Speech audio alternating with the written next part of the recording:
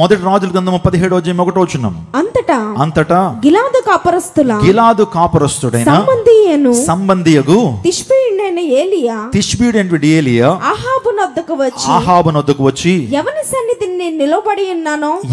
సన్నిధిని నేను నిలబడి ఉన్నానో ఇశ్రాయేలు దేవుడైన ఆ యెహోవా జీవము తోడు నా మాట ప్రకారము కాక ఈ సంవత్సరములో మంచెను వర్షమేను పడదని ప్రకటించెను. చూడండి, ఒక మాట, రోషం కలిగిన మాట. నేను ఎవరి సన్నిధిలో నిలబడి ఉన్నానో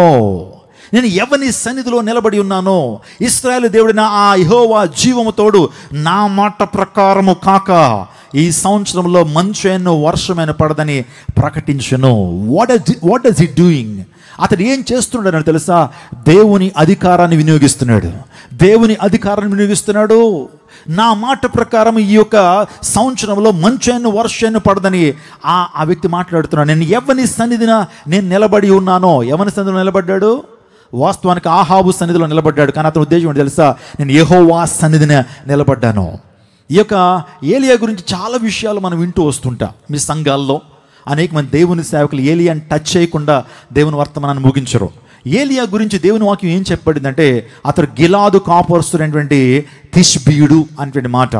తిష్బీయుడు అంటే అర్థం ఏంటంటే, అనేకులను సత్యం వైపుకు, అనేకులను దేవుని వైపుకు, అనేకులను సృష్టికర్త వైపుకు నడిపించేటువంటి వాడు, త్రిప్పేటువంటి వాడు ఎవరో తిష్బీయుడు అంటే అర్థం అది. ఇప్పుడు నా సూటి ప్రశ్న, నువ్వు అనేక మంది ప్రభు వైపుకి తిప్పుతున్నావా, లేకపోతే నువ్వు తిరిగిపోతున్నావు పాపం వైపు? చాలామంది పాపం వైపు తిరిగిపోతూ ఉంటారు. కాదు, మనం అనేకులను ప్రభు వైపుకు త్రిప్పేటువంటి వారుగా ఉండాలి, సత్యం వైపుగా త్రిప్పేటువంటి వారుగా ఉండాలి, అనేక మంది క్రీస్తును పరిచయం చేసేటువంటి వారుగా ఉండాలి. ఈ లోకానికి మనం ఒక సువాసనగా ఉండాలి.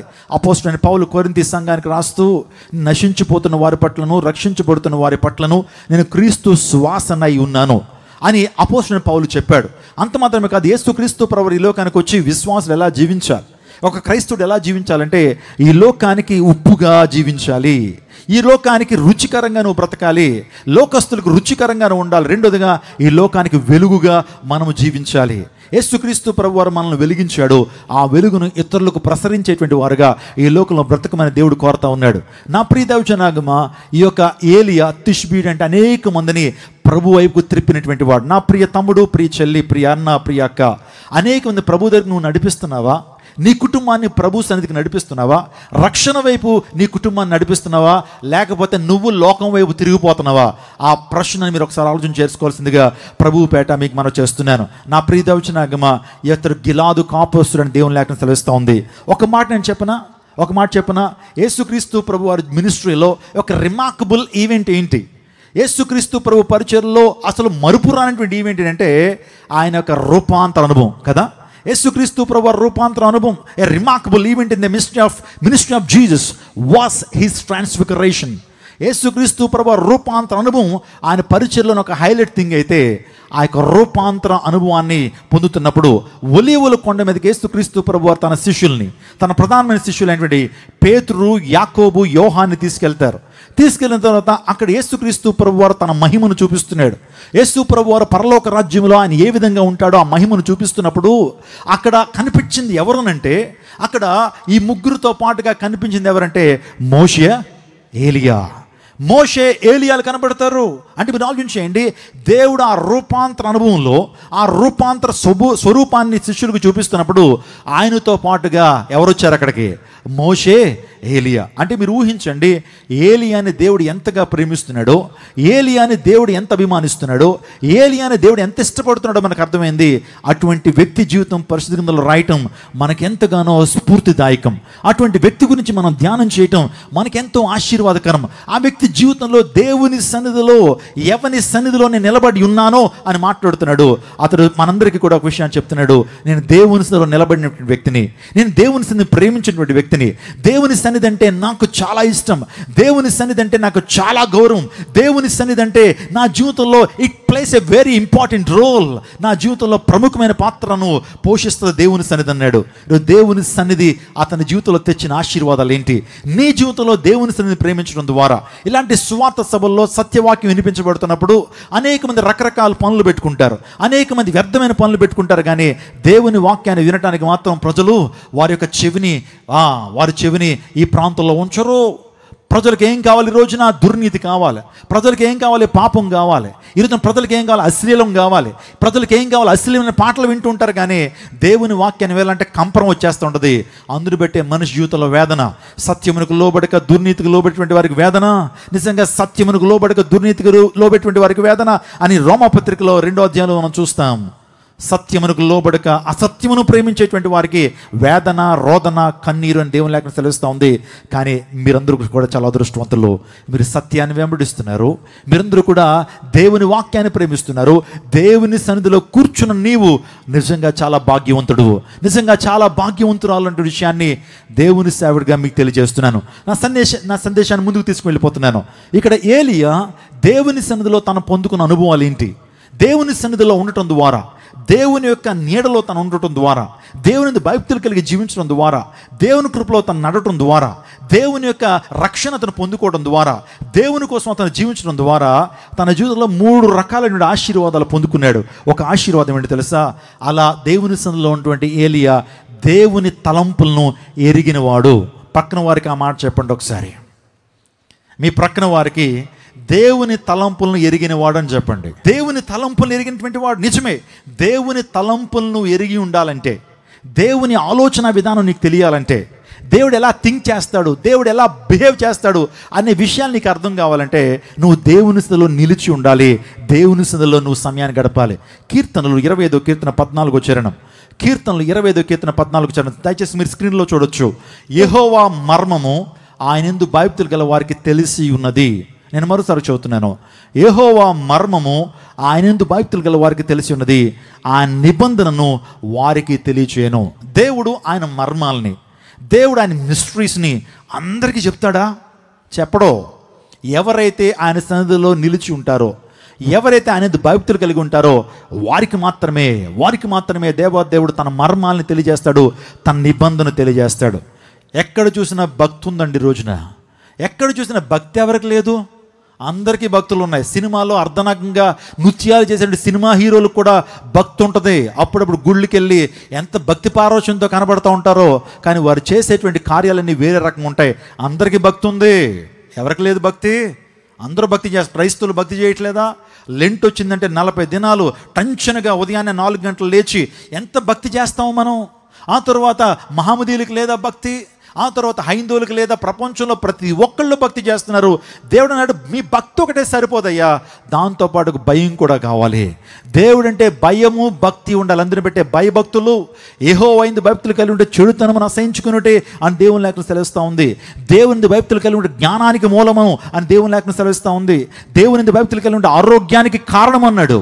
ఆలోచన చేయండి. దేవుడు అంటే భక్తి మాత్రమే కాదు, భయం కూడా ఉండాలి. ఒక దొంగ ప్రార్థన చేస్తాడట, ప్రభువా ఈ రాత్రి నేను లైన్కి వెళ్తున్నాను, అంటే దొంగతనానికి వెళ్తున్నాను, మంచి రాబడి వస్తే నీకు దశంభాగం వేసుకుంటానని. మంచి దొంగ, భక్తి దొంగ, భక్తిని ప్రదర్శిస్తున్నాడు. ప్రార్థన చేశాడంటే ఎంత భక్తి లేకపోతే అతడు ప్రార్థన చేస్తాడు. కానీ అతనికి దొంగతనంలో రాబడి వస్తే ఎవరికి వేసుకుంటాడట కానుక? దేవునికి వేసుకుంటాడట. వెంటనే ఆ రోజు ఏదో దొరికింది ఆయనకి.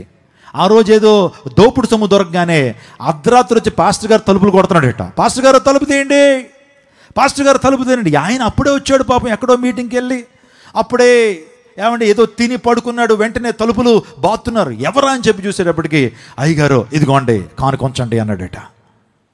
ఇదిగోండి కానుకొంచండి. నాలాంటి వాడు తీసేసుకుంటాడేమో, కానుకిచ్చే కానీ తీసేసుకుంటాడేమో. కానీ ఆ దైవజనుడు, నీతి గల దైవజనుడు ఎలా సంపాదించాడో ఆ దైవజనుడికి తెలిసింది. ఆ దైవజనుడు అన్నాడట, బాబు నీ హృదయం మొదట దేవునికి ఇవ్వయ్యా, తర్వాత నీ కానుకిద్దిగానే. నువ్వు ఎక్కడ సంపాదించావు అని అడిగితే తలదించుకున్నాడు ఆ వ్యక్తి. ప్రభువు ఈ రోజున మన యొక్క భక్తి మాత్రమే కాదండి, మనం భయపడాలి దేవునికి. భయభక్తులు కలిగి ఉండాలి. భయభక్తులు కలిగినటువంటి వారికి ఆయన నిబంధన తెలియజేస్తాను దేవుని లేఖనం సెలవిస్తూ ఉంది. దేవుని సన్నిధిలో ఉండేవారు దైవ చిత్తాన్ని గుర్తించగలరు. స్తోత్రం చెప్పండి హల్లెలూయా. అబ్రహాము జీవితాన్ని ముందు పెట్టడానికి ఇష్టపడుతున్నాను. అబ్రహాము జీవితం గురించి ఆలోచన చేస్తే ఆదికాండం 18:17 ఆదికాండం 18:17 అప్పుడు యెహోవా నేను చేయబో కార్యము అబ్రహామునకు దాచెదనా. ఏమంటే దేవుడు ఒక కార్యం చేస్తే అబ్రహాముకు దాచడంట. దేవుడు ఒక కార్యం చేస్తే అబ్రహాముకు చెప్పకుండా ఉండడట. అంటే మీరు చూడండి, అబ్రహాము దేవుని స్నేహితుడిగా పిలువబడ్డాడు. అబ్రహాము దేవునికి ఇష్టడుగా బ్రతికాడు. నిజంగా దేవుడు చేయబెట్టే కార్యాన్ని అబ్రహాముకు దాచెదనా అని ప్రభువే మాట్లాడుతున్నాడు. ఎందుకో తెలుసా? అబ్రహాము దేవునికి బలిపీఠాలు కట్టాడు. హల్లెలూయా. ఈరోజు మనం కూడా దేవునికి బలిపీఠాలు కట్టేటువంటి వారుగా ఉంటే ప్రభువు కూడా ఆయన మిస్టరీస్ నీకు రివీల్ చేస్తాడు. రాబోతున్న సంగతులు నీకు రివీల్ చేస్తాడు. రాబోతున్న దుర్ఘటనలు నీకు తెలియజేస్తూ ఉంటాడు. అబ్రహాము దేవునికి ఇష్టడు కాబట్టి, అబ్రహాము దేవుని ప్రేమించిన వాడు కాబట్టి యెహోవా అంటున్నాడు, నేను చేయబో కార్యం అబ్రహామునకు దాచెదనా. ఏంటి, ఏ విషయం గురించి అబ్రహాముతో మాట్లాడదాం అనుకుంటున్నాడంటే, అబ్రహాము గురించి మాట్లాడుతున్న అంశం ఏంటంటే సొదొమ గొమొర్రాల గురించి. ఆ 2 పట్టణాల గురించి దేవుడు అబ్రహాముతో మాట్లాడుతున్నాడు. అయ్యా, నా దృష్టికి సొదొమ గొమొర్రా ప్రజలు బహుపాపులుగా కనబడుతున్నారయ్యా. అనేకమైన అవకాశాలు వారు ఇస్తున్నప్పటికీ వారి జీవితాన్ని మార్చుకోవట్లేదు, వారి పందాన్ని మార్చుకోవట్లేదు, వారి జీవితాన్ని మార్చుకోవట్లేదు. అందును బట్టే ఆ పట్టణాలు నేను నాశనం చేస్తానని నీతో చెప్తున్నారయ్యా. ఆ పట్టణాన్ని నాశనం చేయాలనిపిస్తూ ఉంది. ఒక్కరు కూడా నీతిమంతులుగా ఆ ప్రాంతంలో కనబడట్లేదు. మనుషులు వాయు వరుసలు మరిచిపోయి ఇష్టానుసారంగా వారు జీవిస్తున్నారు. అందును బట్టి ఆ పట్టణాన్ని నాశనం చేస్తానన్నాడు. అప్పుడు వెంటనే అబ్రహాం ఆలోచన చేసిన, ఆ పట్టణాల్లో ఎవరున్నారంటే తనకు సంబంధించిన లోతు ఉన్నాడు. లోతు, తన భార్య, తన కుమారులు ఆ ప్రాంతంలో ఉన్నారు. వెంటనే అబ్రహాము విజ్ఞాపన చేస్తున్నాడు, అయ్యా ఆ పట్టణంలో 50 మంది నీతిమంతులు ఉంటే ఆ పట్టణాన్ని కాపాడొచ్చు కదయ్యా. ప్రభువా, నీతో మాట్లాడి తెగిస్తున్నానయ్యా. నేను దుమ్మును ధూళిని, ప్రభువా చిన్న సబ్మిషన్ అయ్యా, 50 మంది నీతిమంతులు ఉంటే ఆ పట్టణాన్ని కాపాడొచ్చు కదయ్యా అని అంటే ప్రభు అన్నాడు, 50 మంది నీతిమంతులు ఉంటే ఖచ్చితంగా ఆ పట్టణాన్ని ఏం చేయనయ్యా అన్నాడు. వెంటనే చెక్ చేసుకున్నాడు, 50 మంది నీతిమంతులు లేరు. అప్పుడు వెంటనే మళ్ళీ బార్గెన్ చేస్తున్నాడు, మళ్ళీ బేరం ఆడుతున్నాడు. అయ్యా దుమ్మును ధూళిని ప్రభువా నీతో మాట్లాడి తెగించున్నానయ్యా. 45 మంది ఉంటే, 45 మంది నీతిమంతులు ఉంటే ఆ పట్టణాన్ని నాశనం చేయకుండా ఉంటావా? అగ్ని గంధకాలు వాటి మీద కురిపించకుండా ఉంటావనంటే 45 మంది లేరు. అప్పుడు వెంటనే దిగిపోయాడు, 30కి దిగాడు. ప్రభు 30 మంది ఉంటే కాపాడతావా? 30 మంది లేరు Abraham.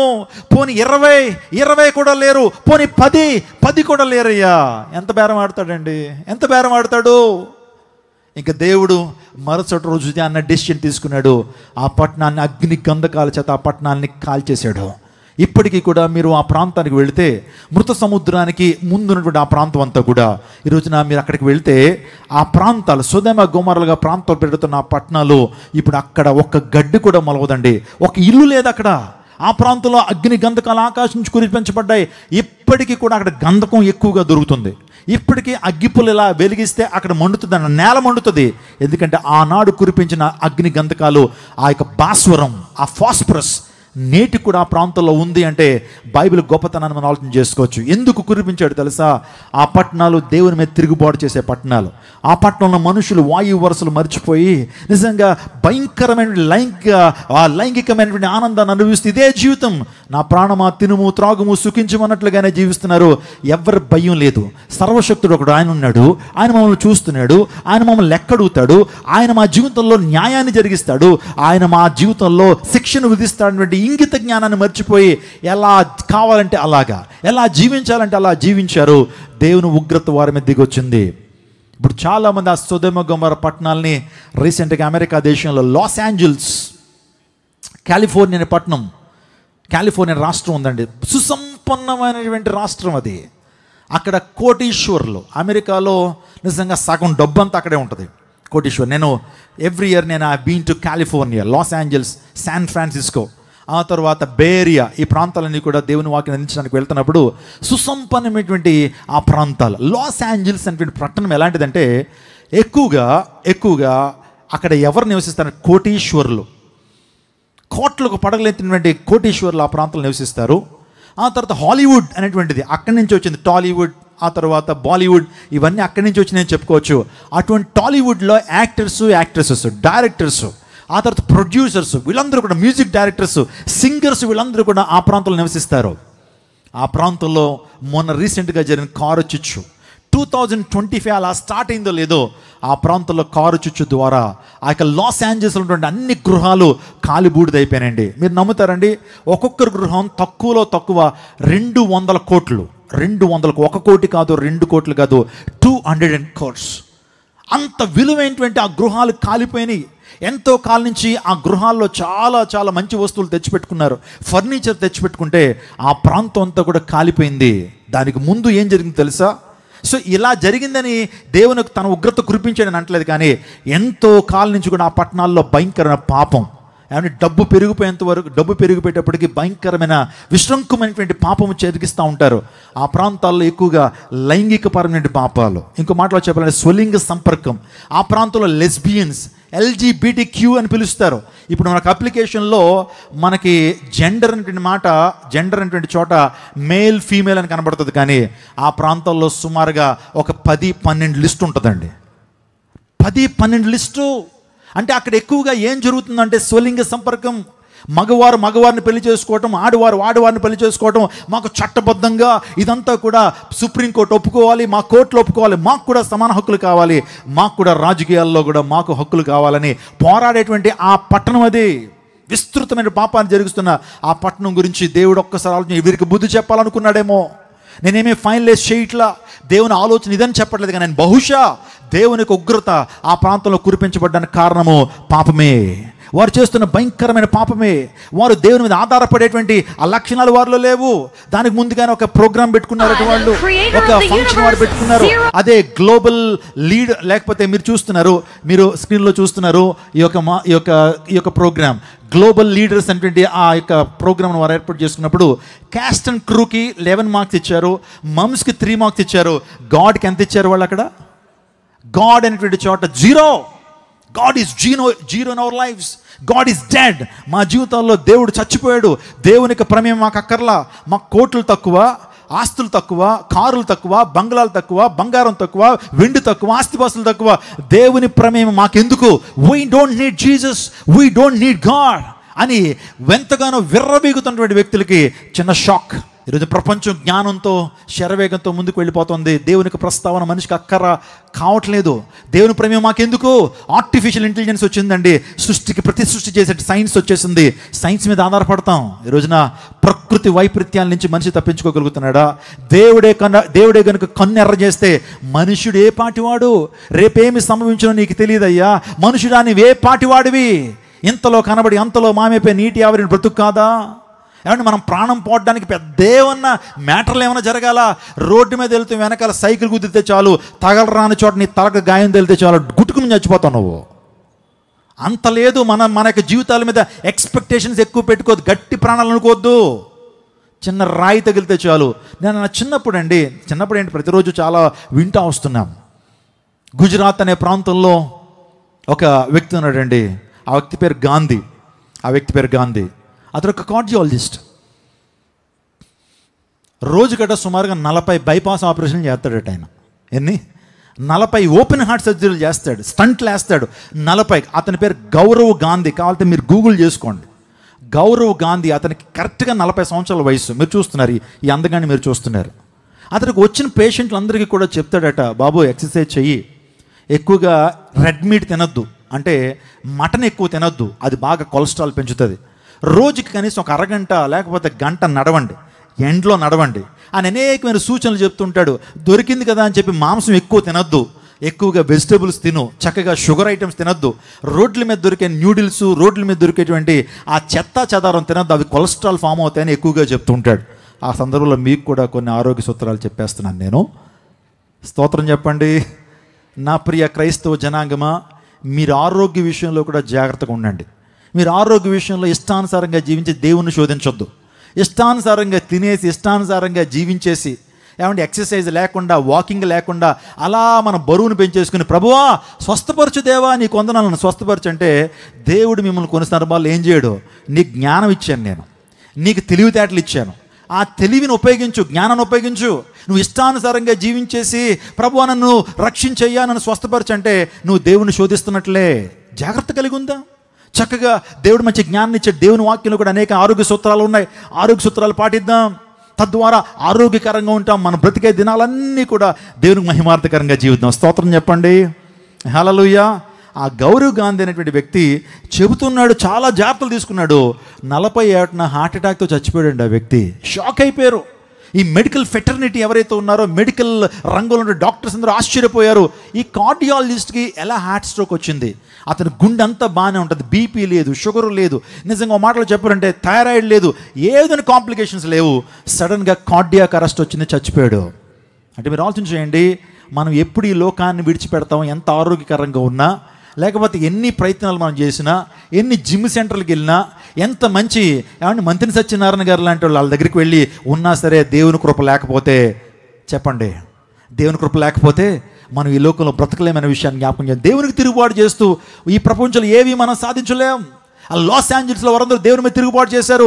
God is dead, we don't need Jesus అన్నటువంటి వారి రోజున రక్తహస్తాలతో దేవుని మోకాలు వేసుకుంటూ మా యొక్క ఆస్తులు పాడైపోయినాయి, ఇన్సూరెన్స్ కూడా కవర్ అవ్వదు అని ఎప్పుడైతే చెప్పగానే ఏడ్చారంట వాళ్ళు. మా చెప్పు తెలుసా, ప్రపంచంలో అదే అమెరికా దేశంలో ఒక నటి ఉంది, ఆ పేరు మెర్లిన్ మన్రోయ్. మెర్లిన్ మన్రోయ్ అంటే ప్రపంచంలో చాలా అందమైనటువంటి నటి. అలాంటి మెర్లిన్ మన్రో దగ్గరికి దేవుని సేవకుడు, నాలాంటి దేవుని సేవకుడు కూడా ఒకసారి వెళ్ళి, అమ్మ మెర్లిన్ మన్రో, అందం మోసకరం సౌందర్యం వ్యర్థం, యెహోవా యందు భయభక్తులు నుండి స్త్రీ కొనియాడబడును, నువ్వు రక్షణ పొందాలమ్మా, యేసుకి నీ జీవితాన్ని ఇవ్వాలి. ఈ డబ్బు, ఈ అందము, ఈ పరపతి, ఈ ఫ్యాన్ ఫాలోయింగ్, ఈ యొక్క స్టార్డమ్ నీకు ఎక్కువ కాలం ఉండదు. ప్రభు యందు విశ్వాసం ఉంచు, ఈ బ్రతుకుతున్నంతకాలం శాంతిని పొందుతావు, మరణించిన ఆత్మశాంతిని పొందుకుంటావు అంటే. డాక్టర్ బిల్లీ గ్రామ్ అంటే ప్రపంచ సువార్థికుడైన, నిజంగా దేవుని వాక్యాన్ని చాలా ఖచ్చితంగా బోధించేటువంటి దేవుని సేవకుడు. అమెరికన్ ప్రెసిడెంట్షిప్ని ఆయనకి ఇవ్వాలని అందరికీ మనం చూశారు. అయ్యా, అమెరికా దేశానికి మీరే ప్రెసిడెంట్ అవ్వండి, యునానిమస్గా మిమ్మల్ని సెలెక్ట్ చేసుకుంటాం, ఇంకే ఒక్కరు అక్కర్లేదు, అవతల పార్టీ ఏముండదు, మీరు నిలబెడితే మొత్తం అమెరికా అంతా కూడా మీకే ఓటేస్తారు, రెండుసార్లు అంటే. ఆయన అన్నాడట, ఏంటయ్యా దేవుని సేవను వదిలేసి రాజకీయాల్లోకి వెళ్ళాలా? దేవుని సేవను వదిలేసి అమెరికన్ ప్రెసిడెంట్ అవ్వాలా? ఎందుకయ్యా నా పదవిని, నా గౌరవాన్ని తగ్గించాలనుకుంటున్నారు? ఈ ప్రపంచంలో దేవుని సేవకు మించినటువంటి బెస్ట్ ప్రొఫెషన్ ఈ ప్రపంచంలో లేదు, దానికంటే ఉన్నతమైనటువంటి స్థానం మరొకటి లేదు. ఆ స్థానాన్ని ఏనాడు కూడా కంఠంలో ప్రాణం ఉండగా వదులుకోవడానికి ఇష్టపడలేదు. I don't need US presidentship అని వదులుకున్నటువంటి వాడు డాక్టర్ బిల్లీ గ్రామ్. అంతటి వాడు ఆ సినిమా యాక్టర్ దగ్గరికి వెళ్ళి, మెర్లిన్ మన్రో దగ్గరికి వెళ్ళి, అమ్మ రక్షణ పొందమ్మా, ఇదే మిక్కిలి అనుకూలమైన సమయం, ఇదే రక్షణ దినం అంటే, I don't need you Jesus అని ఆ కాల్ని, లేకపోతే ఆ యొక్క చైర్ని ఇలా తన్నిందట. ఆమె గర్రంతో విర్రవీగిపోవటం అంటేదే, దుష్టంతో విర్రవీగిపోవటం అంటేదే చేసింది. అలా చేసినటువంటి ఒక 10 రోజులకి ఆమె శవమే తేలిందండి. న్యూస్ పత్రికల్లో ఒక మాట చెప్పారు, ఏంటి తెలుసా? Marilyn Monroe was no more. Marilyn Monroe was no more. ఇంకా లేదు, యవ్వన కాలంలోనే ఆ నటి చనిపోయింది. దానికి ముందు దేవుని సేవకుడు వెళ్ళి, ఇదే మిక్కిలి అనుకూలమైన సమయం, ఇదే రక్షణ దినం, రక్షణ పొందమ్మా. దేవుడు ఒక ప్రతినిధిగా నీ దగ్గరికి పంపించాడు. ఎందుకు ఆ ప్రేరేపణ ఇచ్చాడు నాకు తెలియదు. అమ్మ రక్షణ పొందంటే ఆ రక్షణ ఏం చేసింది? తిరస్కరించింది. I don't need you Jesus. Billy Graham, నాలాంటి దానికి కాదు సువార్త. పేద ప్రజలకు వెళ్ళు, ఆఫ్రికాకి వెళ్ళు, పేదోళ్ళు ఉంటారు, ఆకలి దప్పులతో ఉన్నటువంటి వారు ఉంటారు, వాళ్ళకి చెప్పు, అమ్మా సువార్త అందరికీనమ్మా. సువార్త అనేది నీకు ఏదో భౌతికపరమైన ఆశీర్వాదం కొరకు కాదు, పరసంబంధమైన ఆశీర్వాదం. రక్షణ పొందుకోవాలంటే, యేసుని విశ్వసించాలంటే, యేసుని నమ్ముకోలేదు ఆమె. చివరికి తన జీవితం చాలా అంతంగా, చాలా చాలా విచారంగా తన జీవితం ముగించబడింది. నా ప్రియ దైవజనాంగమా, ఈ రోజున సొదొమ గొమొర్రా నాశనం అవడానికి కారణం ఏంటి తెలుసా? ఆ పట్టణాలు చేసిన పాపమే. కానీ అబ్రహాము బతిమలాడుతున్నాడు, దేవునితో బతిమలాడుతున్నాడు. దేవుడు ముందుగానే అబ్రహాముతో ఎందుకు చెప్పాడు తెలుసా? అబ్రహాము దేవుని స్థలంలో ఎంతో ఎంతో నిందారహితుడిగా ఉన్నాడు. దేవుని ప్రేమించినటువంటి అబ్రహాము కట్టిన బలిపీఠాలు, ప్రత్యక్ష బలిపీఠం కట్టాడు, ప్రార్థనా బలిపీఠాన్ని కట్టాడు, ఆశీర్వాద బలిపీఠాన్ని కట్టాడు, సమర్పణ బలిపీఠాన్ని కట్టిన అబ్రహాము దేవునికి ఇష్టడిగా మారాడు. ఈరోజు నీ జీవితంలో కూడా కడతావు. ఈ 4 బలిపీఠాలు కడతారా? ఒక్కసారి స్క్రీన్లో చూస్తూ ఈ బలిపీఠాలు చదవండి ఒకసారి అందరూ కూడా. ప్రత్యక్ష బలిపీఠం కట్టాడు అబ్రహాము, ప్రార్థన బలిపీఠాన్ని కట్టాడు అబ్రహాము, ఆశీర్వాద బలిపీఠాన్ని కట్టాడు, సమర్పణ బలిపీఠాన్ని కట్టాడు. ఒక సందర్భంలో క్రైస్ట్ టెంపుల్ అనే జీవంగల దేవుని 4 బలిపీఠాల గురించి చెప్పాను, మీకు గుర్తుండే ఉంటుంది. ఈ బలిపీఠాలు నువ్వు కూడా కడుతున్నావా? సమర్పణ బలిపీఠాన్ని కడుతున్నావా? ప్రార్థన బలిపీఠాన్ని కడుతున్నావా? అతడు దేవుని సన్నిధిలో ఉన్నాడు కాబట్టి ఏలియా తన జీవితంలో దేవుని యొక్క మర్మాలను తెలుసుకోగలిగాడు. అదే ఆమోసు గ్రంథం 3:7 కూడా తన సేవకుడైన ప్రవక్తలకు తాను సంకల్పించిన దాన్ని బయలుపరచకుండా ప్రభువైన యెహోవా ఏమీ చేయడు. చదవండి ఒకసారి. నీ సేవకుడైన ప్రవక్తలకు తాను సంకల్పించిన దాన్ని బయలుపరచకుండా ప్రభువైన యెహోవా ఏమీ చేయడంటే ఆయన సన్నిధిలో ఉండేటువంటి వారికి దేవుడు తన యొక్క ప్రత్యక్షతలను ప్రత్యక్షపరుస్తాడు, తన ఆలోచనలు వారికి చెప్తాడు. దానియేలు గురించి మాట్లాడాలంటే బబులోను దేశానికి ఒక బానిసగా అమ్మివేయబడ్డాడు, బానిసగా తీసుకురాబడ్డాడు. అలనాడు బబులోను సామ్రాజ్యాన్ని పరిపాలన చేస్తున్న నెబుకద్నెజర్ 3 దశలుగా ఇశ్రాయేలునందరినీ కూడా చెరలోకి తీసుకొచ్చాడు. ఆ చెరలో మొదటిసారిగా వచ్చినటువంటి వారే దానియేలు, షడ్రక్, మెషక్, అబేద్నెగోలు. అక్కడ ఆ రాజ్యంలో వారు పనిచేస్తున్నప్పుడు, ఆ రాజ్యంలో గొప్ప పదవుల్లో దానియేలు ఉన్నప్పుడు ఆ రాజ్యంలో ఒక సమస్య తలెత్తింది. ఆ రాజ్యంలో సామ్రాజ్యపు అధినేత, బబులోను సామ్రాజ్యపు అధినేత అయినటువంటి నెబుకద్నెజర్ ఒక కలగన్నాడు. భావగర్భితమైన కలగన్నాడు. ఆ కలలో అక్కడ ఒక పెద్ద ప్రతిమను చూస్తున్నాడు. ఒక భయంకరమైనటువంటి ఆ యొక్క ప్రతిమను చూస్తూ ఉన్నప్పుడు ఆ యొక్క ప్రతిమ యొక్క విగ్రహం, ఆ ప్రతిమ యొక్క తల దేంతో తయారు చేయబడిందంటే మేలిమి బంగారంతో తయారు చేయబడింది. మీరు చూస్తున్నారా? ఇదే ఆ నెబుకద్నెజర్ చూశాడు తన కలలో. ఆ గొప్ప ప్రతిమ మన విజయవాడలో 125 అడుగులు డాక్టర్ బిఆర్ అంబేద్కర్ గారి ప్రతిమ ఉంది. ఇంకా అంతకంటే ఎత్తైన ప్రతిమ ఒకటి తన కళ్ళలో చూస్తున్నాడు. ఆ తల మేలిం బంగారంతో ఉంది, దాని రొమ్ములు వెండితో ఉన్నాయి, దాని భుజములు, ఆ తర్వాత ఉదరము, తొడలు ఇత్తడితో తయారు చేయబడ్డాయి, మోకాళ్ళు ఇనుముతో ఉన్నాయి, కాళ్ళు మాత్రం ఇనుము మట్టి 2 కలిసి ఉన్నాయి. ఈ యొక్క విగ్రహాన్ని చూశాడు. విగ్రహాన్ని చూసినప్పుడు అలా విగ్రహం అంత ఎత్తైన విగ్రహంగా ఉన్నప్పుడు చేతి సహాయం రాయి రివ్వుమని ఎగురుకుంటూ వచ్చి ఆ విగ్రహం యొక్క కాలు మీద పడిందట. పడగానే అంత గొప్ప విగ్రహం, గొప్ప పర్వతంగా ఉన్నటువంటి ఆ యొక్క విగ్రహం వెంటనే తుత్తునీలుగా అయిపోయి గొప్ప పర్వతంగా మార్చబడినట్లుగా వాస్తవానికి నెబుకద్నెజర్ చూశాడు. ఉదయానికి కల మర్చిపోయాడండి. ఈ కళ అయితే తనకు వచ్చింది, ఈ కళ మర్చిపోయాడు. ఉదయాన్నే లేచి రాజులను పిలిచాడు, శాస్త్రులు పిలిచాడు, ఆ యొక్క అడ్వైజర్స్ని పిలిచి రాత్రి ఒక కలగన్నానయ్యా, కళ మర్చిపోయాను, మీరు చెప్పండి ఆ కళ అన్నాడు. రాజుగారు ఏం మాట్లాడుతున్నారండి? కళ చెప్పండి సార్, భావం చెప్తాం. కళ చెప్పండి, దాని భావం చెప్తాం. కానీ మీ కళ మాకెలా తెలుస్తుంది? మీరు ఏ కలగన్నారో నాకెలా తెలుస్తుంది? ఏమంటే భర్తలు ఉన్నారు ఇక్కడ, మీరు రాత్రి ఒక కలగన్నారు, ఉదయం నీ భార్యకు తెలుస్తుందా ఆ యొక్క కళ? నువ్వు ఏదైనా కళ చెప్తే దాని భావం చెప్తుందేమో నీ భార్య. లేకపోతే దేవుని సేవకుడు నా దగ్గరికి వచ్చి, ఏమండి పాస్టర్ గారు నిన్న కలగన్నామండి, ఆ కళ ఏంటో చెప్పండి సార్ అంటే, కళ చెప్పండి సార్, భావం చెప్తా ఉంటాం దైవజనులుగా. మీ కళ నాకెలా తెలుస్తుంది? అర్థమవుతుందా? కానీ ఒక మాట నేను చెప్పనండి, దానియేలు ధైర్యంగా ఒప్పుకున్నాడు. రాజా, మీరు దుప్పటి కప్పుడు పడుకోండి, ఉదయం లేచేటప్పటికి ఆ కళ దాని భావాన్ని చెప్తాను. నేను అనుకుంటున్నారా? నా దేవుణ్ణి అడుగుతాను ఈ రాత్రి, నా దేవునికి సమస్తం కూడా సాధ్యమే. హల్లెలూయా. నా దేవునికి సమస్తం కూడా, ఆ కళ ఇచ్చిన వాడు దేవుడే కాబట్టి ఆయన్ని అడుగుతాను, మీరేం టెన్షన్ పడొద్దు అని చెప్పాడు. తను చెప్పినట్లుగా ఉదయాన్నే వెళ్ళాడు రాజు సముఖానికి వెళ్ళి, రాజా మీరు ఈ కళ్ళను కన్నారు, చెప్పు దానియేలు అని చెప్పగానే, రాజా గత రాత్రి మీకు వచ్చిన కళ ఇది, ఒక పెద్ద విగ్రహం మీ కళ్ళలో కనబడింది. వెంటనే గుర్తొచ్చింది అయ్యగారికి. అవునయ్యా, ఏదో విగ్రహం కనబడింది, చెప్పు అన్నాడు. దాని తల బంగారంతో ఉంది. అవునయ్యో, కరెక్ట్గానే ఇప్పుడు నాకు కూడా గుర్తొస్తుంది, చెప్పు తర్వాత ఏంటి? దాని రొమ్ములు వెండితో ఉన్నాయి, దాని రొమ్ములు భుజాలు వెండితో ఉన్నాయి, దాని ఉదరం తొడలు ఇత్తడితో ఉన్నాయి, మోకాళ్ళు ఇనుముతో ఉన్నాయి, పాదాలు ఇనుము మట్టితో ఉన్నాయి. అవునయ్యా, కరెక్ట్గానే చెప్పావు, ఇప్పుడు తర్వాత చెప్పు అన్నాడు. ఆ విగ్రహం మీదకి చేతి సహాయం రాయి రివ్వుమని వచ్చింది, చాలా స్పీడ్గా వచ్చి ఆ యొక్క పాదం మీద ఇనుము మట్టి పొసగనటువంటి ఆ పాదాల మీద ఎప్పుడైతే పడిందో అంత గొప్ప విగ్రహము తుత్తునీళ్ళు అయిపోయింది అని చెప్పగానే దగ్గరికి వచ్చి కౌగులించుకున్నాడు, దగ్గరికి వచ్చి ముద్దు పెట్టుకున్నాడు. శభాషయ్యా, అసలు I'm so proud of you Daniel, నిన్ను బట్టి నేను ఎంతగానో సంతోషిస్తున్నాను. ఒక ముద్దు పేరు పెట్టుకోవచ్చా నీకు? ఒక ముద్దు పేరు పెట్టుకోవచ్చా? మా సామ్రాజ్యంలో జ్ఞానదేవతకు ఒక పేరు ఉంది, జ్ఞానదేవతకు ఒక పేరు, మేము జ్ఞానదేవతను ఒక పేరు పెట్టి పిలుచుకుంటాం, ఆ పేరు నీకు పెట్టుకోవచ్చా? ఏంటో తెలుసా? బెల్తెషాజర్. ఇక్కడి నుంచి నువ్వు దానియేలు కాదే, బెల్తెషాజర్. జ్ఞానానికి నీవు దేవతల జ్ఞానం కలిగి ఉన్నావు అని చెప్పి ఎప్పుడైతే తనని కౌగిలించుకున్నాడో అతని ఖ్యాతి మొత్తం ఆ సామ్రాజ్యం అంతా విస్తరించిన దానియేలు ఖ్యాతి. దానియేలు ఎలా చెప్పగలిగాడు? దానియేలు అతనుకున్న కళను, తన భావాన్ని ఎలా చెప్పగలిగాడు? మనుషులకు వచ్చిన కళను కూడా ఒక వ్యక్తి చెప్పగలడా అంటే చెప్పగలడు. ఏ వ్యక్తి అయితే దేవుని సన్నిధిలో నిలుస్తాడో ఆ వ్యక్తి మర్మాలను ఛేదించేటువంటి వ్యక్తిగా మారతాడు. గట్టిగా చెప్పగొడుతూ దేవుని మహిమపరచండి.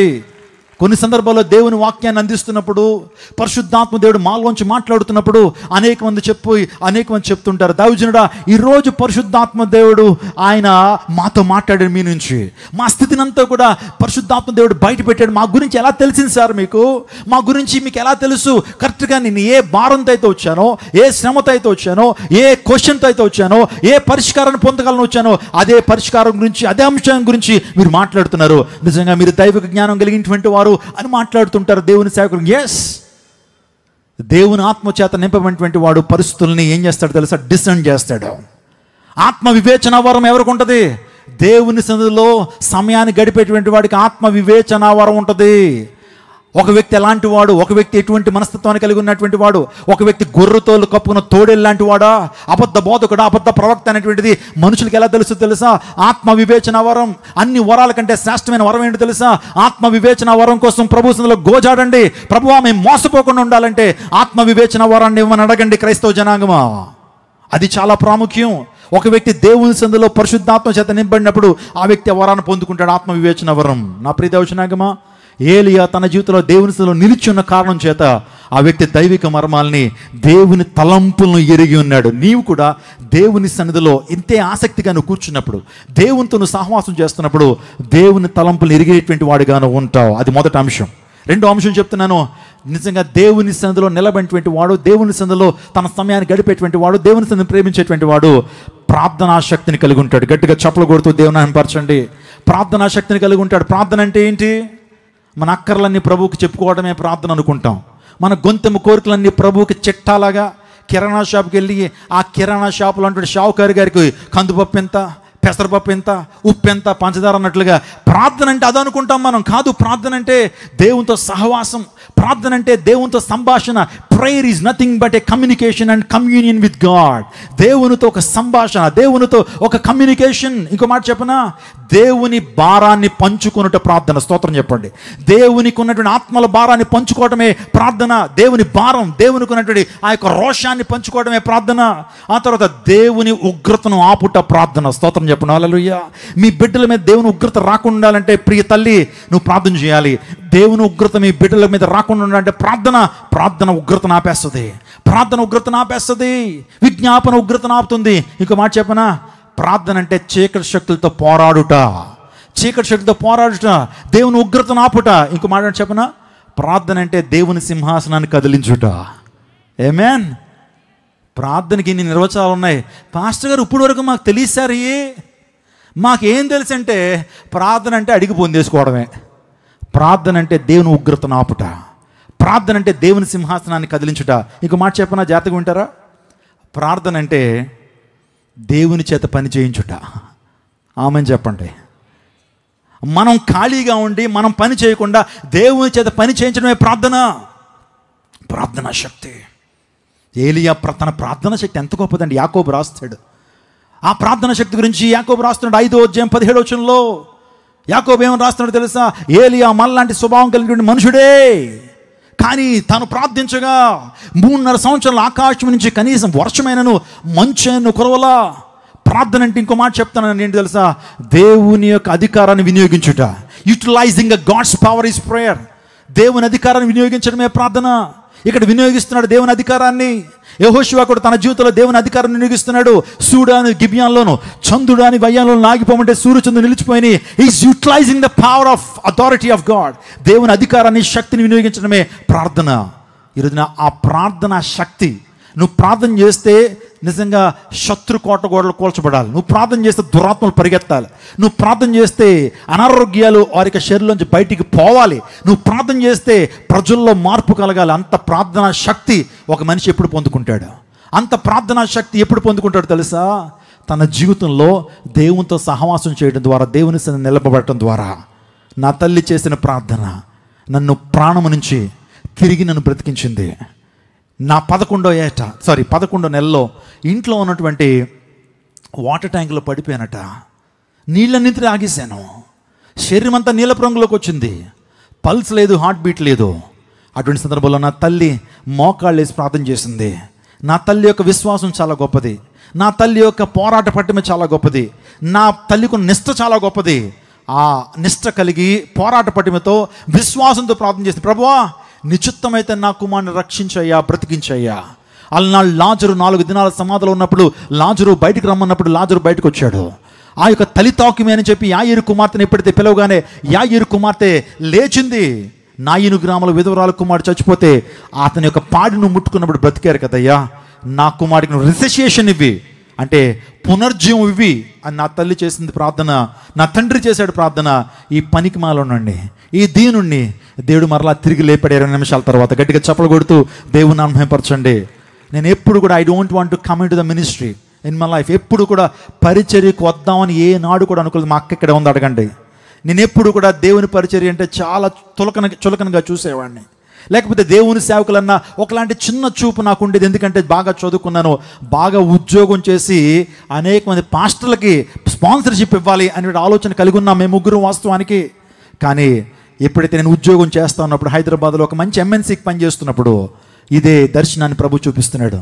ఒక మధ్యరాత్రి టైంలో ఇదే దర్శనాన్ని, ఏ దర్శనం, ఏ యొక్క కార్యమైతే, ఏ యొక్క యాక్సిడెంట్ అయితే మా ఇంట్లో జరిగిందో అదే నా చిన్ననాటి సంఘటన అంతా కూడా ప్రభు చూపిస్తూ చివరిలో ఒక మాట అన్నాడు, Paul Emmanuel, so can you give your life to me, I have give you second chance. నీకు రెండో ఛాన్స్ ఇచ్చానయ్యా, నా కోసం బ్రతకగలవా? I did all these things for you, what you can do for me, నా కోసం ఏం చేయగలవు అని ప్రభు అన్నప్పుడు వెంటనే ఉద్యోగాన్ని రాజీనామా చేశాను. నా స్నేహితులందరూ అన్నారు, ఇంత మంచి ఉద్యోగాన్ని ఎందుకు రాజీనామా చేస్తున్నావు? నిజంగా కొన్ని సంవత్సరాలు అయితే కొన్ని లక్షల రూపాయలు వస్తాయి ఇదే ఉద్యోగంలో అన్నప్పుడు ఇంక నేను డిసైడ్ అయ్యానండి, ప్రభు కోసం జీవించాలి. నాకు ఊపిరున్నంత వరకు ప్రభు కోసమే మాట్లాడాలి, ఊపిరున్నంత వరకు దేవుని కోసమే పరిగెత్తాలనే ఉద్దేశంతో విజయవాడకు వచ్చాను. దేవుడు నన్ను అవమానపరచలా. విజయవాడకు వచ్చాను, దేవుడు నా తల వంచలా. విజయవాడకు వచ్చాను, దేవుడు నన్ను సిగ్గుపరచలేదు, నన్ను ఓటమి చెందనివ్వలేదు. ప్రభు నన్ను దేవుడు ఘనపరిచాడు ఈ పట్టణంలో. దేవుని నామానికి మహిమ కలుగును గాక. దేవుని కోసం ఒక మంచి తీర్మానం తీసుకుంటే, దేవుని కోసం ఒక అడుగు వేస్తే దేవుని కోసం 1000 అడుగులు వేయడా? దేవుని కోసం if you go forward for Jesus, if you come forward for God, దేవుడు నీ జీవితంలో 1000 అడుగులు వేసుకుంటాడా? నేను దీవించడా? ప్రార్థన. ఈరోజు ఎవరైతే దేవుని సన్నిధిలో నిలుస్తారో, దేవునితో సహవాసం చేస్తారో, ఎవని సన్నిధిలో నేను నిలబడి ఉన్నానో అని ఏలియా మాట్లాడుతున్నాడు. ఏలియా ప్రార్థనా శక్తి కలిగి ఉన్నాడు, అనేకమైన అద్భుతాలు జరిగించగలిగాడు. నీ ప్రార్థన ద్వారా అద్భుతాలు జరగాలంటే నువ్వు దేవునితో ఎన్ని గంటలు మాట్లాడుతున్నావు, దేవుని సన్నిధిలో ఎన్ని గంటలు కూర్చుంటున్నావు, దేవునితో నీ సంభాషణ, దేవునితో నీ యొక్క ఎక్స్పీరియన్స్ ఏ విధంగా ఉంది? దేవుని సన్నిధిలో ఎవరు ఎంతసేపు గడుపుతారో, ప్రార్థనలో ఎవరు ఎంతసేపు గడుపుతారో అంత శక్తిని, అంత ప్రభావాన్ని ఎవరు పొందుకుంటారు. ఏలియా ద్వారా మనం అది నేర్చుకుంటున్నాం. ప్రపంచాన్ని కదిలించే దేవుని హస్తం అయితే ఆ దేవుని హస్తాన్ని కదిలించగలిగింది ప్రార్థన. గట్టిగా చప్పలు కొడుతూ దేవుని మహిమపరచండి. చివరిగా చెప్పి ముగిస్తాను. ఏలియా తన జీవితంలో ప్రత్యక్షతను పొందుకున్నాడు. ఏలియా తన జీవితంలో మీరు మొదటి రాజుల గ్రంథం 17:2 చదివితే చదవండి ఒకసారి త్వరగా. పిమ్మట యెహోవా వాక్కు అతని ప్రత్యక్షమై నివిచ్చట నుండి తూర్పు వైపునకు పోయి యోర్దానికి ఎదురుగానున్న కెరీతు వాగు దగ్గర దాగి ఉండుము. చూడండి, అక్కడ యెహోవా వాక్కు అతనికి ప్రత్యక్షమై అనే మాట చూస్తాం. అదే మొదటి రాజుల గ్రంథం 21:17 కూడా ఒకసారి చదవండి. ఎక్కడ చూస్తున్నా యెహోవా వాక్కు అతను ప్రత్యక్షమై, యెహోవా వాక్కు అతను ప్రత్యక్షమై అని. ఎందుకు ప్రత్యక్షమైన మాట ఎందుకు వస్తుంది తెలుసా? ఎవరిని సందులో నిలబడ్డానో, దేవుని సందులో నిలబడినటువంటి ఆ యొక్క ఏలియా జీవితంలో యెహోవా వాక్కు అతను ప్రత్యక్షమై, యెహోవా వాక్కు అతనితో మాట్లాడుతూ ప్రత్యక్షమైనటువంటి సందర్భాలు మనం చూస్తున్నాం. మొదటి సందర్భం ఏంటి తెలుసా? నిజంగా కెరీతు వాగు దగ్గర దాక్కువయ్యా. ఏలియా అంతటి వాడు నిరాశలోకి వెళ్ళిపోయినప్పుడు దేవుని దూత అతని దగ్గరకు వచ్చి, నువ్వు వెళ్ళి కెరీతు వాగు దగ్గర దాక్కో, కాకోలముల ద్వారా నేను నీకేం చేస్తాను? ఆహారాన్ని ఇస్తానయ్యా. నిజంగా కష్టకాలంలో దేవాదేవుడు మనతో మాట్లాడేటువంటి దేవుడు. స్తోత్రం చెప్పండి. కష్టకాలంలో ఉన్నప్పుడు మనుషులు ఎవరు నీతో మాట్లాడరు, మా బంధువులు. కానీ కష్టకాలంలో ఉన్నప్పుడు నా దేవుడు నీతో మాట్లాడతాడు. తన వాక్యం చేత నీతో మాట్లాడతాడు, ఆదరిస్తాడు. కష్టకాలంలో నిన్ను పోషిస్తాడు. కష్టకాలంలో ఏలియాను పోషించాడు. ఆ ఇజ్రాయెల్ దేశం అంతా కరువు ఉంది. కానీ ఆ ఇజ్రాయెల్ దేశం అంతా కరువు ఉన్నప్పటికీ కెరీతు వాగు దగ్గరికి వెళ్ళమన్నాడు. అక్కడ కాకోలముల ద్వారా, అంటే కాకుల ద్వారా ఆహారం పంపించాడు దేవుడు. ఎంతకాలం అయితే కరువు ఉందో అంతకాలము ఏలియాకు దేవాదేవుడు రొట్టెను మాంసాన్ని ఇచ్చి ఏలియాను పోషించి భద్రపరిచి ఆరోగ్యంతో నింపాడు. నీ దేవుడిని కష్టకాలను పోషించడం అనుకుంటున్నావా? కష్టకాలంలో నీ పట్ల ఆయన కార్యం చేయడం అనుకుంటున్నావా? కష్టకాలం నీతో మాట్లాడడం అనుకుంటున్నారా? కరోనా టైంలో కష్టకాలం దేవుడు మనందరినీ పోషించాడా లేదా? అరుచు పిల్ల కాకులు కూడా ఆహారం పెట్టేటువంటి దేవుడు మనల్ని పోషిస్తాడు. ఏలియాను పోషించిన దేవుడు నిన్ను పోషిస్తాడు. ఎప్పుడైతే ఆ కెరీతు వాగు దగ్గర అతడు సేద తీరాడో, ఆ కెరీతు వాగు దగ్గర రొట్టె మాంసాన్ని భుజించాడో, దేవుడు అంటున్నాడు ఒకరోజు, దేరవయ్యా ఇంక చాలు, ఇక్కడ కెరీతు వాగు దగ్గర ఉన్నది చాలు, బయలుదేరన్నాడు. ఎక్కడికి ప్రభువా? చాలా బాగుంది, ఉదయం సాయంత్రం మధ్యాహ్నం 3 పూట్ల చక్కటి ఆహారం దొరుకుతుంటే ఎక్కడికి వెళ్ళమంటావు? లేదు, నేను ఒక ప్రాంతాన్ని నడిపించబోతున్నాను. అదే ఏ గ్రామం? సారెపతు గ్రామం. ఆ గ్రామంలో నీ ద్వారా కొంతమంది దీవించబడాలయ్యా, నీ ద్వారా కొంతమంది ఆదరించబడాలి, నీ ద్వారా సమృద్ధిని పొందాలి అని బయలుదేరాడు. బ్యాగ్ వేసుకుని బయలుదేరాడు. నిజంగా ఆ గ్రామానికి వస్తున్న పొలిమేరలోనే ఒక అమ్మగారు, ఒక విధవరాలు పుల్లలు ఏరుకుంటుంది. అమ్మగారు బాగున్నారా? ప్రైజ్ ది లార్డ్, వందనాలు అన్నాడు. అంటే పాస్టర్ గారు ఏంటంటే ఎలా వచ్చారు? మీ ఇంటికి రమ్మని దేవుడు నేను ప్రేరేపిస్తున్నాడు, మన నడు ఇంటికి అన్నాడు. అయ్యగారు, ఆ యొక్క పొలలు ఓరుకోవడానికి వచ్చానండి, నా ఇంట్లో కొంచెం పిండి కొంచెం నూనె ఉంది, ఒక్క రొట్టె మాత్రం, ఒక్క అప్పం మాత్రమే అవుతుంది, నేను నా కుమారుడు తిని చచ్చిపోదాం అని అనుకుంటున్నాం, నడమ్మా నీతో నాకు పని ఉందని ఇంటికి వెళ్ళాడు. ఆ రొట్టె తయారు చేయించుకున్నాడు, తినేసాడు. తినేసిన తర్వాత నిజంగా ఆమె విశ్వాసం చూడండి. దైవ సేవకుడికి తన మొదటి అప్పాన్ని తీసుకొచ్చి ఇచ్చేసింది. ఈనాటి దినాల్లో దేవుని సేవకుడే మీ ఇంటికి వచ్చి కొరతలో ఏదన్నా అడిగాడు అనుకోండి, అమ్మ మీటింగ్ జరుగుతున్నాయి కానుక ఏంటి అని చెప్పి నీ స్థితి గురించి తెలిసిన దైవజనుడు నేను అడిగాడు అనుకోండి, లోపల నువ్వు అనుకుంటావు దుర్మార్గుడు. ఏంటి? ఎవరిని? దేవుని సేవ. నా స్థితి తెలుసు, మా ఆయనగారు చిన్న జాబు, మా పిల్లోడు చిన్న జాబ్, మేము సంపాదించేదే కొంచెం, అందుని బట్టి ఈ కొంచెంలో కూడా కక్కులు చూసారా అనుకుంటే దేవుని పొందలేవు. ఈరోజున నశించిపోతున్న వారికి సిలువను కూర్చుని వారితో వెరితనమే. దశంభాగం గురించి వారికి తెలియదు. దేవునికి ఇచ్చుడున్న ఆశీర్వాదం కొంతమందికి తెలియదు.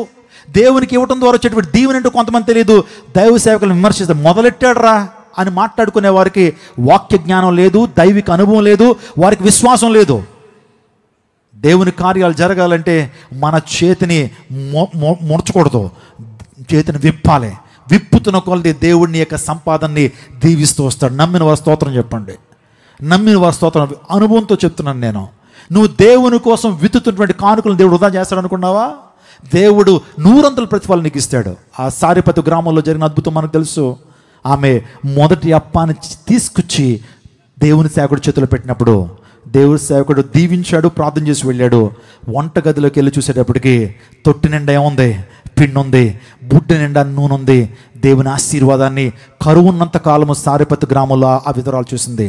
నా ప్రియదేవచనాగమ, యెహోవాకు తిష్బిడిని ఏలియాకు ప్రత్యక్షమయ్యేలాగా సెలవిచ్చును. నీకు లేచి షోమ్రోలో ఉన్న ఏ స్థలం ఉంది, ఈ షోమ్రోనికి వెళ్ళు. అక్కడ ఆహాబు అనేటువంటి రాజు అనవసరంగా ఒక అమాయకుడిని, నాబోతును పొట్టన పెట్టుకున్నాడు. అన్యాయంగా తన ద్రాక్ష తోటను రాయించుకుని నాబోతుని భార్యాభర్తలు ఇద్దరు కలిపి కుట్రతో ఆ వ్యక్తిని చంపేశారు. ఎల్లో యెహోవాకు ఏలియాకు ప్రత్యక్షమై చెప్తా ఉంది, తిష్బిడిని ఏలియాకు ప్రత్యక్షమై చెప్తుంది, నువ్వు లేచి షోమ్రోనుకు వెళ్ళు, ఆ ఆహాబుని గద్దించు. ఏమని తెలుసా? ఏ స్థలంలో అయితే నాబోతు రక్తాన్ని కుక్కలు నాకినాయో అదే స్థలంలో నిజంగా నీ రక్తాన్ని కూడా కుక్కలు నాకుతాయి ఆహాబు అని చెప్పు అన్నాడు. వెళ్ళాడు. యెహోవా ఆత్మ కలిగినటువంటి వాడు వెళ్ళాడు. అది నిజంగా జరిగిపోయింది. ఏ స్థలంలో అయితే అమాయకుడైనటువంటి నాబోతు రక్తాన్ని కుక్కలు నాకించారో వెళ్ళు, అదే ప్రాంతంలో ఆహాబు యెజెబెల్ రక్తాన్ని కుక్కలు నాకిని. నేను ఎందుకు ఈ మాట చెప్పింది తెలిసి? ఎన్ని ప్రత్యక్షతలు పొందుకోవడానికి కారణము ఏలియా ఎవని సన్నిధిన నేను నిలబడ్డాను. నా ప్రియదేవచనాగమా, దేవుని సన్నిధి అంటే నీకు చాలా చులకనే. దేవుని సన్నిధి అంటే కనీసం చుట్టాలకి ఇచ్చేటువంటి గౌరవం కూడా దైవజనుడికి ఇవ్వ. నువ్వు నిజంగా నీ పేరెంటాలకి ఇచ్చేటువంటి గౌరవం దేవుని సన్నిధికి ఇవ్వు. మరి దేవుని శక్తిని, దేవుని కార్యాలు ఎలా పొందుకుంటావు? చిన్న డిస్టర్బెన్స్, నిజంగా వాక్యంలో కొద్దిగా ఇంట్రెస్టింగ్ కాని సబ్జెక్ట్ ఉంటే లేచి వెళ్ళిపోదన్నట్టు ఆలోచన. దేవుని సన్నిధిలో కూర్చోవా? మరియా యేసయ్య పాదాల దగ్గర ఉండి ఉత్తమమైనటువంటి దాన్ని ఏం చేసుకుంది? ఏర్పాటు చేసుకుంది. సిటీ అంతా పబ్లిసిటీ ఇచ్చాం. అయ్యా రండయ్యా, దేవుని వాక్యాన్ని వినండి అయ్యా. ఈ సభలకి జాతి, కుల, మత, వర్గ భేదాలు, డినామినేషన్ భేదాలు రండయ్యా, దేవుని వాక్యాన్ని వినండి, ఆత్మీయంగా బలపడండి అంటే మొదటి రోజు ఎంతమంది వచ్చారు? ఎంతమంది ఉన్నారు ఈ యొక్క పట్టణంలో? ఎంతమంది ఉన్నారు? ఏంటి దేవుని సంత నిర్లక్ష్యం కాదా? ఎలా దీవెనలు పొందుకుంటారు మీ జీవితంలో? నా ప్రియదేవచనాగమా, ఏలియా వలె రోషం కలిగి మీరు జీవించాలంటే, ఏలియా ద్వారా దేవుని కార్యాలు మీరు చూడాలంటే, ఏలియా వలె ప్రార్థనలో ఉన్నటువంటి అధికారాన్ని మీరు శాసించగలగాలంటే దేవుని సన్నిధిని ప్రేమించండి, యెహోవా సన్నిధిని నిలబడండి. మరొకసారి ఆ మాటను కీవర్డ్ మీకు చెప్తున్నాను. ఎవని సన్నిధి నేను నిలబడి ఉన్నానో అంటున్నాడు. ఎవని సన్నిధి నేను నిలబడి ఉన్నానో, ఇశ్రాయేలు దేవుడి నా యెహోవా జీవము తోడు. బా, ఎంత ధైర్యం అండి! రాజుతో మాట్లాడుతున్నాడు. నీ సన్నిధిలో, వాస్తవానికి ఆహాబు సన్నిధిలో నిలబడ్డాడు, కానీ ఆ దేవుని సన్నిధిలో నిలబడ్డాడు అన్నాడు. నా ప్రియదేవచనాగమా, ఈ రాత్రికాల సమయంలో దేవుడు తన ఆశీర్వాదాన్ని మీ మీద మెండుగా కురిపించబోతున్నాడు. దేవుడు మీకు స్వస్థతను ఇవ్వబోతున్నాడు. దేవుడు గొప్ప విడుదల మీకు ఇవ్వబోతున్నాడు. మీరు మునుపటి వలె మీ జీవితాలు ఉండబోవు. దైవ సేవకురాలు చెప్పారు, ఇదిగో నేను నూతన క్రియ జరిగించుతున్నాను. I'm going to make a new covenant, I'm going to make a new thing. Don't you think about it. దాని గురించి ఆలోచన చేయరా? అది ఇప్పుడే మొలుచును. మీ జీవితాల్లో ఇప్పుడే దేవుని కార్యాలు మొలవాలి అంటే, ఇప్పుడే దేవుని కార్యాలు నీ జీవితంలో ప్రారంభించబడాలంటే, దేవుని కార్యాలు మీ జీవితంలో యాక్టివేట్ అవ్వాలంటే దేవుని సన్నిధిని ప్రేమించండి, దేవునితో సహవాసం చేయండి, విడిచిపెట్టాల్సిన వాటిని విడిచిపెట్టేసేయండి, అంగీకరించాల్సిన వాటిని అంగీకరించండి, వెంబడించాల్సిన వాటిని వెంబడించండి. అద్భుతాలు మీ జీవితంలో చూస్తారు. మునుపటి వల్లే మీ జీవితం ఉండబోదు. Your life will never be the same again. మునుపటి వల్లే మీ జీవితాలు ఉండవు. ఒకప్పుడు శాపగ్రస్తమైనటువంటి జీవితాన్ని జీవించేటువంటి వాడు, కానీ ఆశీర్వాదకరమైన జీవితాన్ని జీవిస్తావు. ఒకప్పుడు నిస్సారమైనటువంటి జీవితాన్ని నువ్వు జీవించవచ్చు, కానీ సారవంతమైనటువంటి జీవితాన్ని జీవిస్తావు. మన ప్రభు ఎంత గొప్పవాడు తెలుసా? ఎండిన బ్రతుకుల్లో చిగురును చిగురింప చేయగలిగినటువంటి వాడు, ఎండిన ఎడారులో నదులను ప్రవహింప చేయగలిగినటువంటి దేవుడు, ఎండిన ఎముకల్లో జీవాన్ని నింపగలిగినటువంటి దేవుడు, నిజంగా ఉడికిన గర్భాల్లోంచి నిజంగా శిశువుల్ని తీసుకురాగలిగినటువంటి దేవుడు నా ప్రభువు. మారా జీవితాన్ని మధురంగా చేస్తాడు. ఈ రాత్రి కాలంలో ప్రభుకు నీ జీవితాన్ని సమర్పిస్తావా? మరలా can you rededicate your life to Jesus again? మరలా నీ జీవితాన్ని తిరిగి ప్రభుకు సమర్పిస్తావా? ఆయాసకరమైన మార్గం ఏదన్నా నీలో ఉందేమో అని చెప్పి పరీక్షించుకుని దేవునికి మళ్ళీ రీకనెక్ట్ అవ్వగలుగుతావా? ఇంత దేవుని సేవకురాలు చెప్తా ఉంది, నిజంగా కక్కిన దాన్నే మరలా తినటానికి, నిజంగా ఆ నిర్జీవ క్రియలను విడిచిపెట్టకుండా, మారు మనసుకు తగిన ఫలాలు ఫలించకుండా, నీతి ఫలాలు ఫలించకుండా, వెలుగు ఫలం ఫలించకుండా లోకంలో అలా జారిపోతున్న ప్రియ విశ్వాసి, గెట్ అప్. దేవుడు నీతో మాట్లాడు, ఎరైజ్ అండ్ షైన్.